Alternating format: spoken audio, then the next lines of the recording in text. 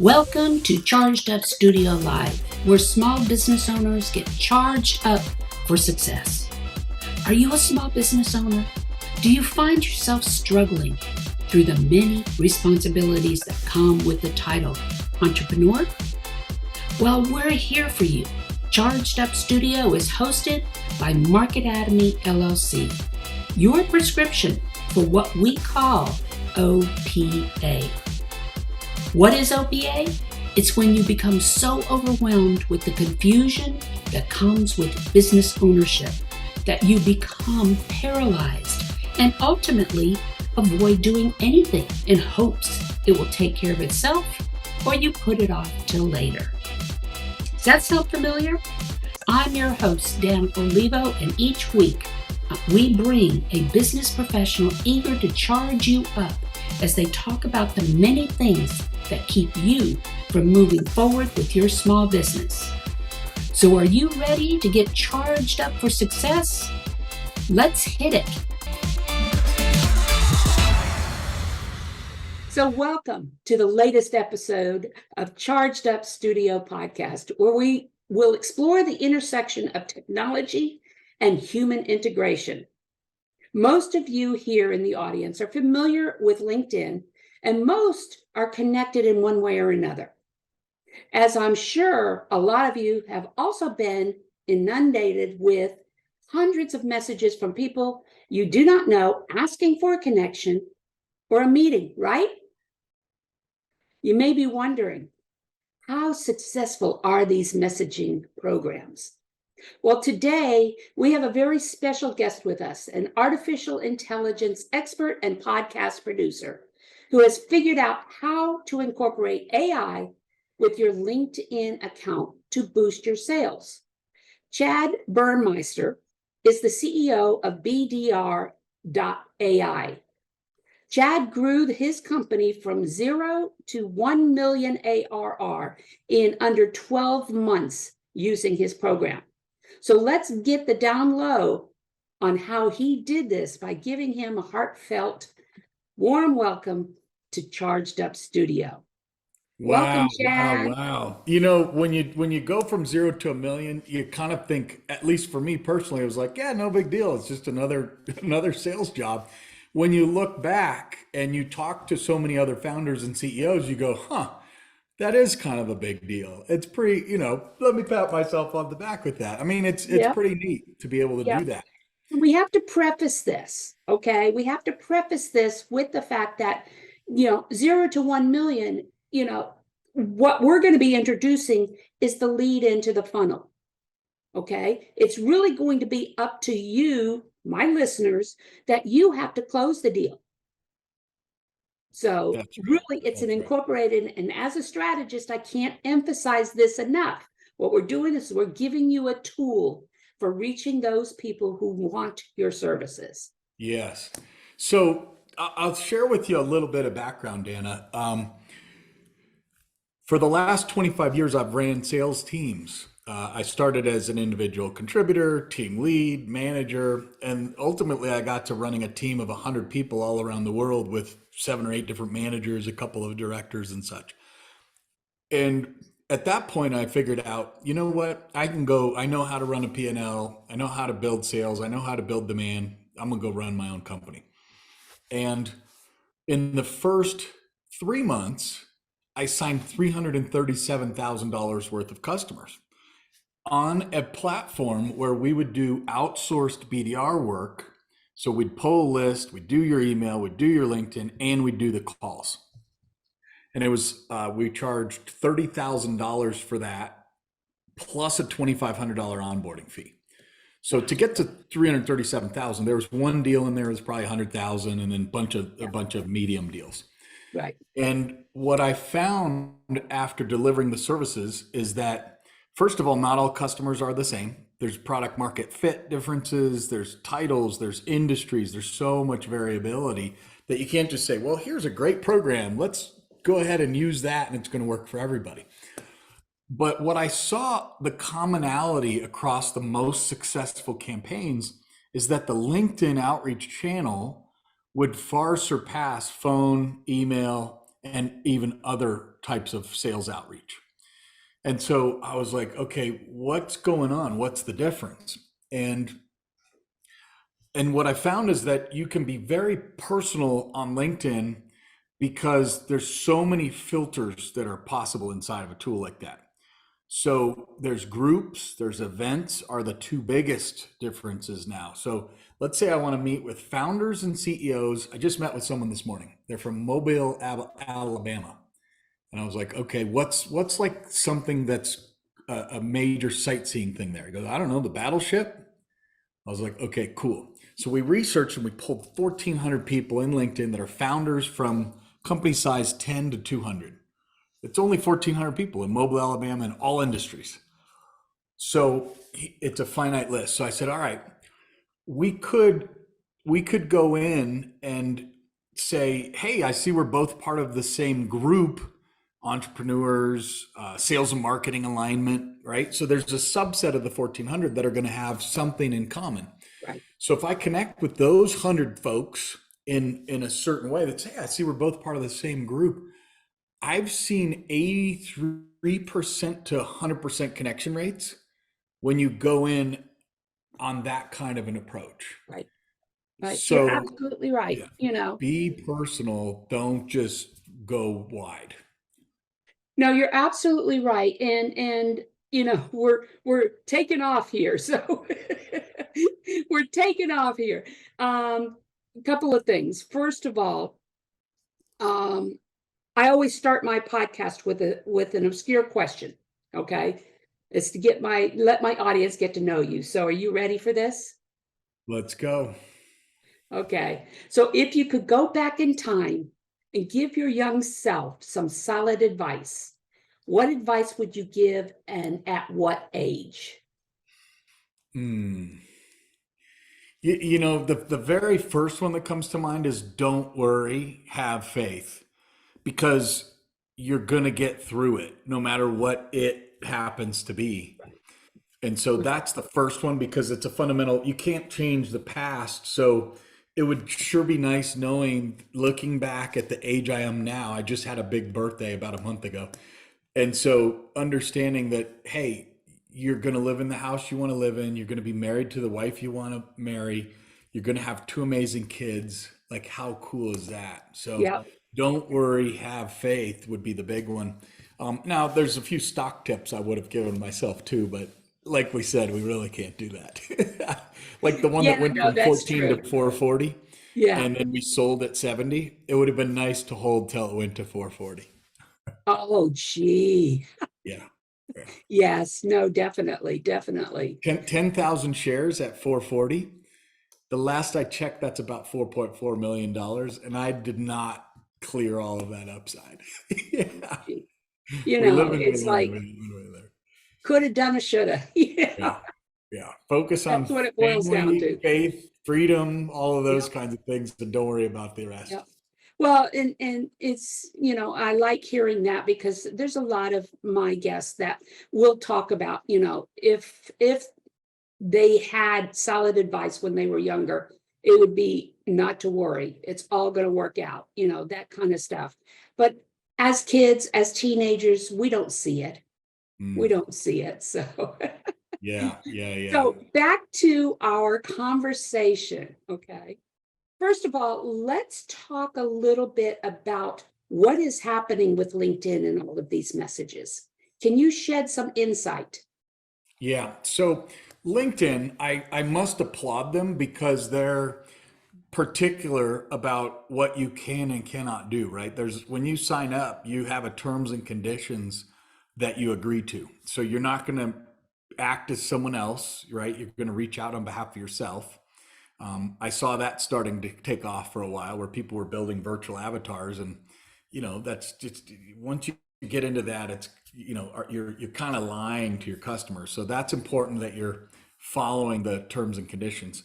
And we don't want to be inundated. Imagine if LinkedIn said, yeah, go ahead. You could do 10,000 connection requests a day. That's not good because it's going to mean the platform is not getting the kind of value that it should be getting. So they've added a lot of algorithms, just like a spam tracker They can look inside of the message and they can say, oh, wow, this person sends out messages to these people and they're getting, I don't know you all the time. And so they're going to send you a note. They're going to go, hey, we're going to put you on pause for 8 hours because you're sending messages to people who don't know you. Right. So those are some of the things that are changing. Now, smart companies like ours, I would like to think, communicate with LinkedIn directly and say, how do we make sure we build our code so that it's compliant with, there's something called SNAP certification, Sales Navigator Approved Partner. So there's Okay. been a few dozen LinkedIn prospecting softwares that come out that their whole goal is to try to cheat LinkedIn and do thousands instead of dozens of requests. And Right. so that's, I think what you're going to see in the industry is that those companies that are illegally using APIs in a way that's not condoned by LinkedIn, they'll probably be getting a letter at some point in the not too distant future. Yeah, no, definitely, definitely, because I do have a ton of people who are reaching out, and that brings me to my next comment when you were talking about groups and everything else. I work with a group of clients who I'm helping get in front of government procurement. Okay, and one of the problems that they're having that they're struggling with is once they've submitted on the sources sought or an RFI request for information, what do they do next? And so I put a process together explaining to them that here's what you're going to do. We're going to approach it from 4 different, fronts. You've got your emails we're going to send out every 2 weeks until you get a face-to-face with them, okay, and stuff like that. And one of the channels was through LinkedIn. Says you connect with them on LinkedIn, you get involved and find out what groups they're in, participate in those groups actively, and that's how you're going to build your reputation and build your equity in front of the person that you're trying to get in touch with. So it's funny that it's not funny, but I'm glad to hear you talking about groups, because it's gotten to the point where a lot of people aren't using the groups anymore. Mm-hmm. They've kind of died off, and those groups are a huge advantage Yeah. especially if Well, you are looking LinkedIn for. similar instance, there's a company that sells HR software, and that could be commoditized, right? There's Bamboo HR, there's Trinet, there's all these different, one's a PEO, one's serves big companies, little companies. Well, there was a BDR, graduated college. She's only 2 years into her career. And she gets on the phone with me and said, Chad, what should I do to be different than all the other 17 reps selling into the same territory? Because they don't really have defined zip codes. So she said, I just need to prospect into New York City and New Jersey. So I said, okay, tell me about you. Like, let me make sure I understand you personally first. And she goes, well, this, I liked horses, this and that. And I was like, okay, horses, I don't know if we're going to find that many big groups of executives that are into horses. What else? Well, I'm Christian. I was like, oh, Oh, there okay, you go. that might work. So I Yeah. said, let's go look up all the different Christian groups that are out there. And now you connect with executives, and the opening says, hey, Dana, I like to connect with other Christian executives in New York City and New Jersey. Let's connect. Boom. All of a sudden, her connection rate's off the hook. And now they're coming from a common point of view. Yeah. And then the next message is, hey, I don't know when your renewal happens with your software. I don't even know if it's relevant, but as a Christian colleague, I'm pretty new to this role. I'd really appreciate your insights into the industry. More like a favor and an ask, not I'm going to sell you something. Yep. And Yep. she just hit it out of the park. And Yep. That's so I exactly think the it. groups are very, very important. So, as a producer of a podcast, okay, and us being on a podcast, I've been doing it for 4 years now. Let's talk a little bit about the subject matter AI, okay, because a lot of people are very confused or nervous about AI. For example, I'll give you a perfect example. We had a conversation this morning, and as I said, I deal with companies that are going after government procurement. And naturally, on some of the government projects, there are secret, there are sensitive areas that you can't, talk about. And these clients will come on with their AI bot to record and transcribe. And I was told that once they do that, it ends up out on the cloud everywhere. All right. And if that's the case, then we need to put into our program that those are not allowed when we're talking, So is this true? Well, I just had this conversation a couple days ago, yesterday actually, with someone, because at the end of the call, I said, "Hey, in one of the companies that I serve, I actually have an email address that's tethered to that company because I'm helping them with some relationships at a high level. I'm on their board of advisors, Mhm. and the entire VP team, and especially one of the VPs, has access to all my emails, all my calendar, everything that happens under that." And I was like, "Well, that's interesting." I said, "Is that normal?" To this cybersecurity company. And they go, "Well, you have a setting in your Google that you can turn off so that even people inside the company can't see it." So I said, "Okay, good. I'm glad that you think that's okay not to snoop, amongst your peers inside of a company." Then we talked about the gongs and the choruses and the recording tools. And yeah, they're cyber people. So they brought up exactly what you just said. It records it, it puts it into text, it's now searchable. And yes, it's on the cloud.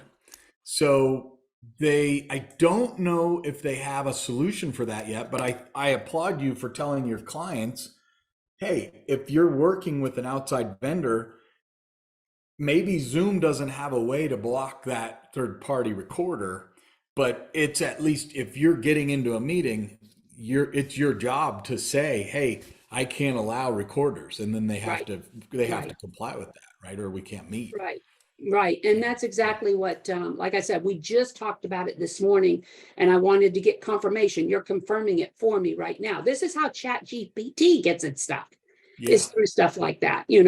And yeah, we'll have to implement a rule that they're not allowed during our coaching and mentoring sessions. And it's also not allowed on our group masterminds, because unless you're going to let them know that they're being recorded and everything.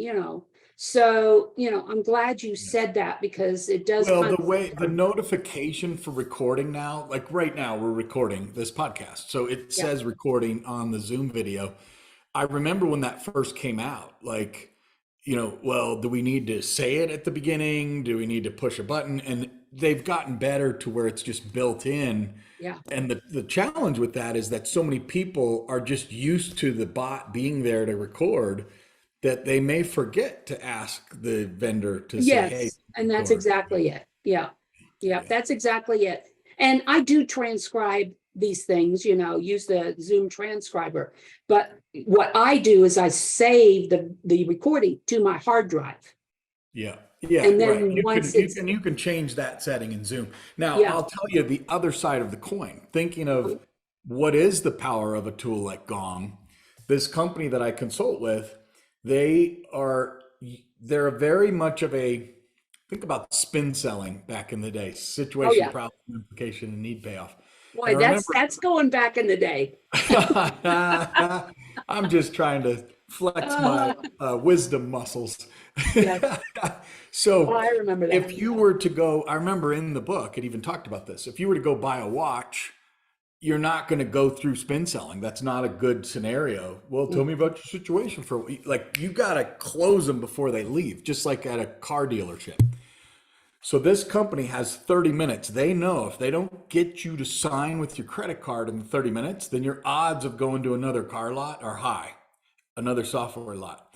So they use the Gong recordings to first teach people in the Sandler methodology, Oh, an I know upfront Sandler too. contract. So right? So, hey, when you're first on the call, hey, Dana, so you found us on the Facebook ad. If, as a result of today's conversation, you decide to move forward, that'd be amazing. And we will be asking you to make a purchase decision today. Otherwise, we can go on in life and be friends. But you know, we don't, typically sometimes these things can take 2, 3, 4 weeks. For a $97 purchase, don't you agree you can make a decision by today? They find if they do that, the people who are doing the upfront contract are closing like 4 times better than their peers. So Yeah. they're using Gong to record, they play it in a meeting every week, they listen to the tape, and then they're able to show people how it worked. And then it helps them in their mind get out of their own way and actually use that kind of a, Well, the purpose of Sandler is to get them saying no yeah. to everything, and then you ultimately get them turning their answer around to yes, because everything was no, and it was hurting them. Exactly. Yeah. Yeah. Yeah. I Yeah. remember when the other Chad at Airborne Express, my first job out of college, and he was trained in the Sandler way, and he would say, "Have I caught you at a bad time?" And I was like, "Why are you asking that?" But then he would progress in his call all the time. So Yeah, that's exactly it. That's exactly it. So talk to us a little bit about the AI that you have developed, you know, for the BDR. Okay. yeah. So there's I call it data, digital, and dials, right? The data piece is who's my audience that I'm reaching out to. So it's very important that you're building an advanced target list versus just going wide. The riches are in the niches. So when it comes to finding the right people, I actually have a partner in this space. I didn't develop this one, but there's something called a lookalike audience. There's intent-based data. So I can go in and I can say, show me all the companies that are currently actively looking for an ERP system or CRM or whatever it is that I want to go after. So getting the data right in the first place. Otherwise, you're wasting the BDR's time, the salesperson's time, the VP, get the data right in the first place. And there's so much tech out there that makes it easy that Yeah. that's pretty simple to do. Mhm. But back in the day, that would have taken you a month to go build a list. Now you build it in seconds. So get the data right. Then when it comes to digital outreach and LinkedIn, it's it's connecting through a group, connecting through an event. If you don't have that luxury, and it's these are just founders of companies that are 50 to 100 people, then the latest and greatest connection. So let's say I send you a connection request and I get a 30% connect rate. That's pretty good compared to email. It's like 10 times better. What happens next? Most salespeople do the exact wrong thing. Dana, thanks so much for connecting with me. That's My company, exactly it. Yeah. bdr.ai, we help companies with XY. And they write it in Chat GPT and they think it's going to be amazing. It's like this. Yeah. And it's like 8 bullets. I just got one this morning. They're like, here, can you go ahead and launch this campaign for me? And now I have to push back on the person, right? And say, hold on. So rather, what if right after that, within an hour or even a day, I'm a CEO, so I'm not. If I send them an automated message in an hour, it's going to smell fishy. They're going to go, wait a Yeah. second, Yeah. you did that in an hour? You're a CEO. So I'll wait a day, and instead of sending a text-based message, the latest release that came out maybe 12 weeks ago is that it'll take my video. It looks like a video or a Loom. It will play it on top of the prospect's LinkedIn, but I only have to record that video once. So it would sound like this. I wouldn't say, hey, Dana. I would say, hey, thanks so much for connecting with me. As you know, I'm the host of the AI for Sales podcast. So I've had the luxury of talking to over 150 people, including one of the co-founders of IBM Watson. I just talked to the CMO of Clearbit last week. And I just wanted to personally offer my time to you. If you ever have any questions about data, digital outreach, is my list effective?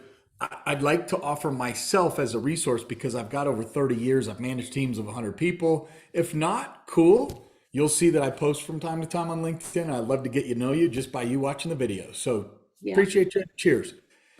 60 seconds credibility build to know Right. that I'm not just trying to get their business. Yeah. And, Yeah. and that changes the tone of any of the future messages that I send to them.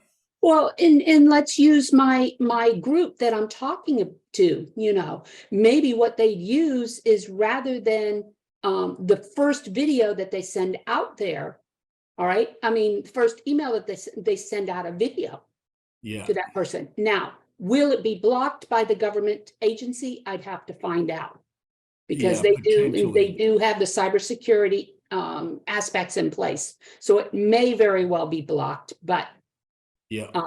yeah, Yeah. Government's that's an an idea interesting, though. I've always found with government, from working with some pretty big companies, the most successful people selling into government work with companies that have already been selling into government, right? It's They yeah, know all the channels. And yeah.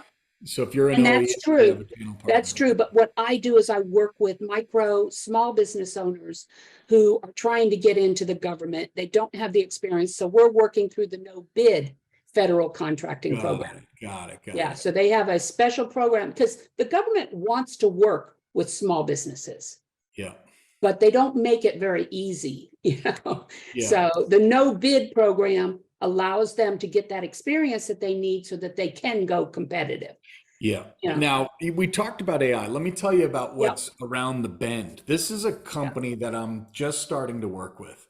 And in the next couple of weeks, I'll be putting more time on their project.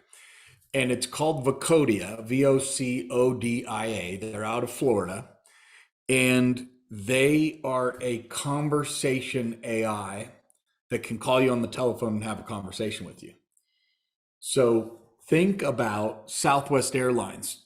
Last, very recently, they went down. They're grounded for an hour and a half. Systems were attacked or whatever it was, right? I don't know if it was cyber Well, or whatever. that was Chat GPT too.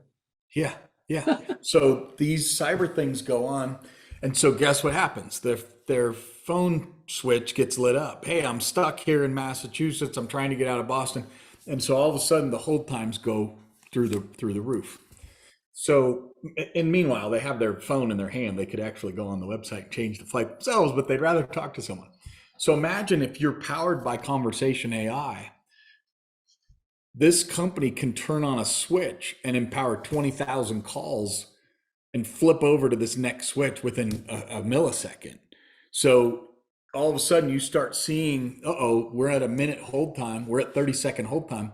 Okay, no problem. Let's go to the overflow of conversation AI powered agents.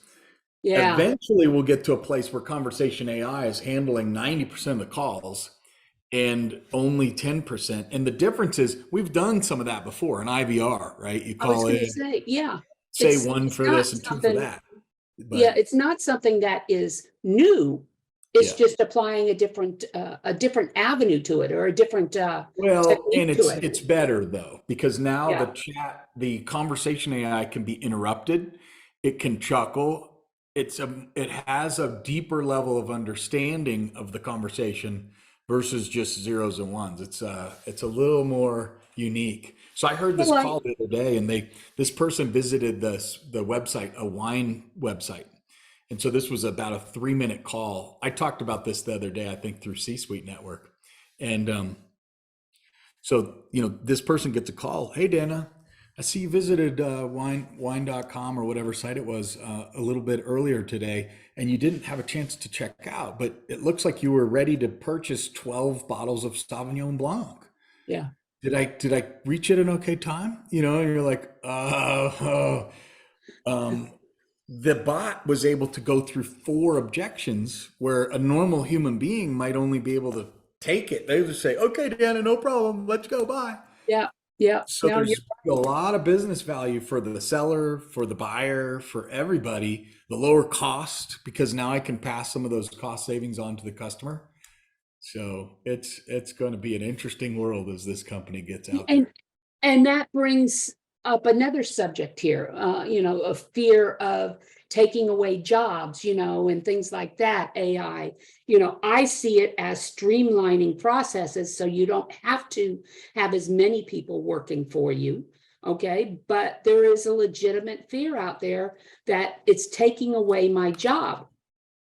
What are your thoughts around that?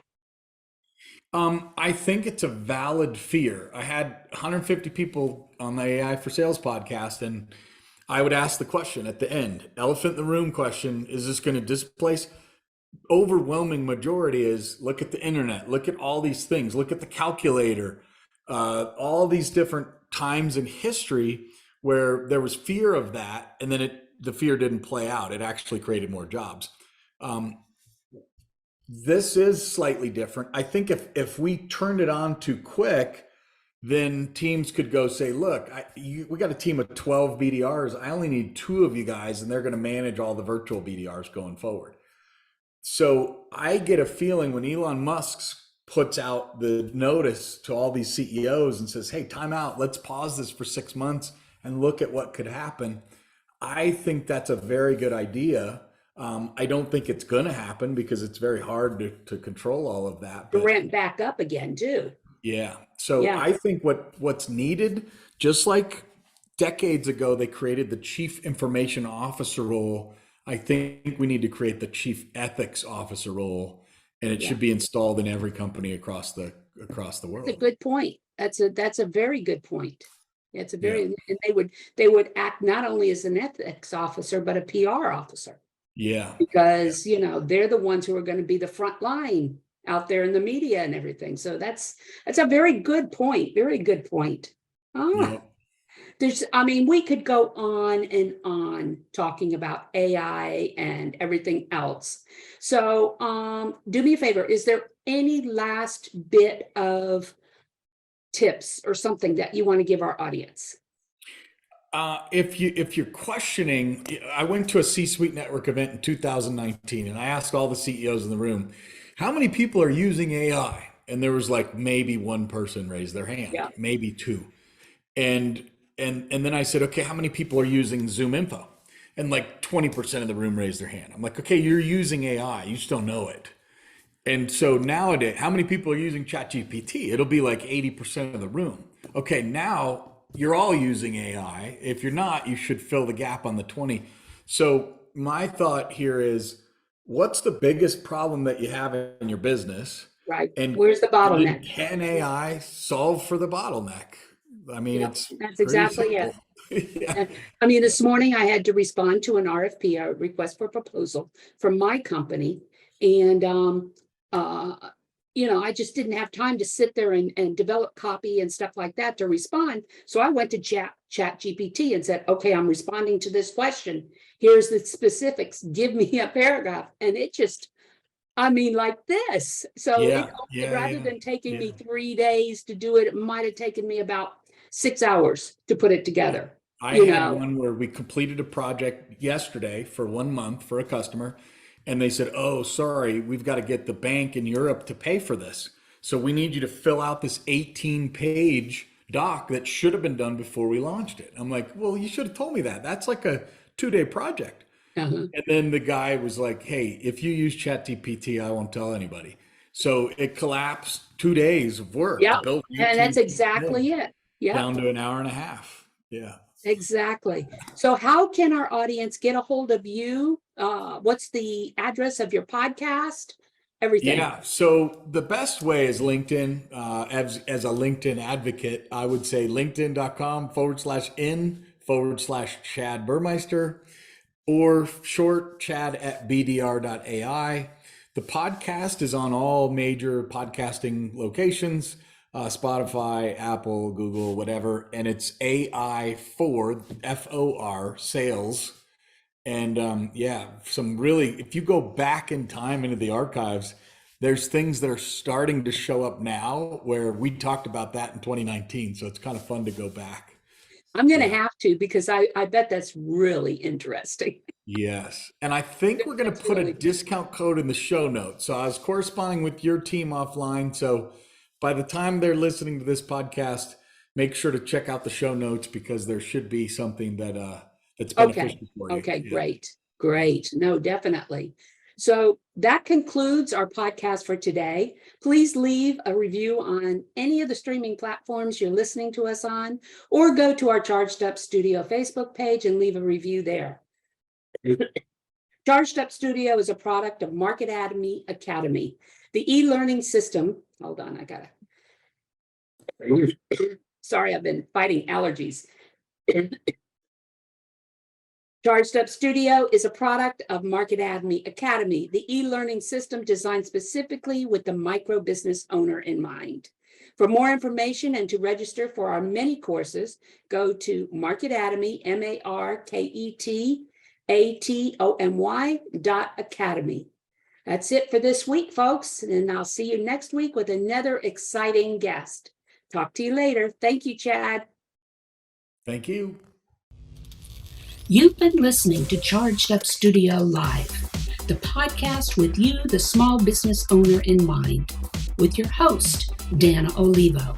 Join us every Tuesday as we bring you valuable tips and insights into many of the topics you don't know about growing a successful business. Please leave us a review on any of the streaming platforms you are listening to, or visit us on the YouTube or Facebook page and leave a review or subscribe so you don't miss another episode. You can also support us through Patreon by visiting our website, chargedupstudio.live, and click on the Patreon link. Until next week, go out and have a charged up week.